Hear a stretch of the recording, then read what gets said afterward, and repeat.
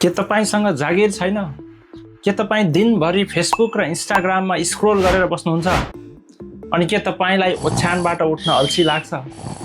बधाई छ, तपाईँ त एउटा नयाँ राजनीतिक पार्टीको नेता बन्न योग्य हुनुहुँदो रहेछ। हो, तपाईँले सही सुन्नुभयो। अहिले इन्टरनेटमा एउटा नयाँ पार्टीको चर्चा निकै चुलिएको छ, जसको नाम हो ककरोच जनता पार्टी अर्थात् CJP। तर सोच्नुहोस् त, आखिर यो अनौठो पार्टी कसरी जन्मियो?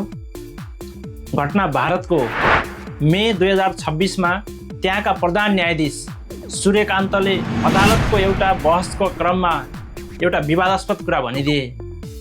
उनले बेरोजगार युवाहरूलाई कोक्रोच र परजीवीसँग तुलना गर्दै भने कि जागिर नपाएका कोक्रोच जस्ता केही युवाहरू सोसल मिडिया र सूचनाको हकको कार्यकर्ता बनेर सबैलाई आक्रमण गर्न थाल्छन्। बस यो कुरा इन्टरनेटका युवाहरूलाई सह्य भएन। अमेरिकामा पढ्दै गरेका अभिजित नामका एक 30 वर्षीय युवाले यो अपमानलाई एउटा खतरनाक व्यङ्ग्यमा बदलिदिए। उनले गुगल फर्म बनाएर कोक्रोच जनता पार्टी घोषणा गरे। सोचेका थिएनन् होला, तर 24 घण्टामै हजारौं र केही दिनमै लाखौं युवाहरू म पनि कोक्रोच भन्दै यो अभियानमा जोडिए।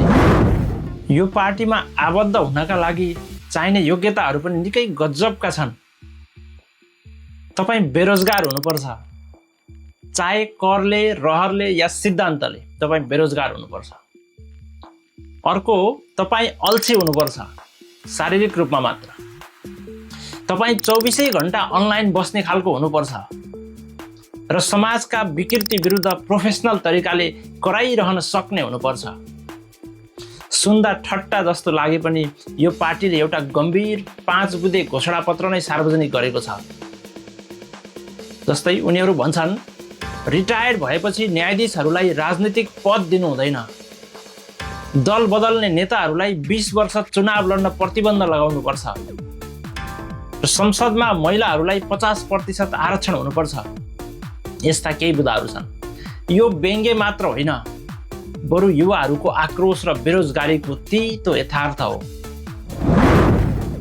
यसले के देखाउँछ भने जब राज्यले युवाहरूको रोजगारी र भावनालाई बुझ्दैन, तब युवाहरूले डिजिटल संसारमै आफ्नो साम्राज्य खडा गरिदिन्छ।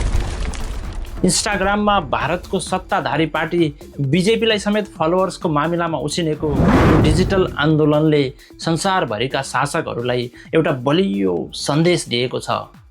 युवाहरूलाई कमजोर नठान्नुहोस्, साङ्लो त सानै हुन्छ, तर जब भान्सा कोठामा यसको फौज पस्छ नि, तब सातो जान्छ।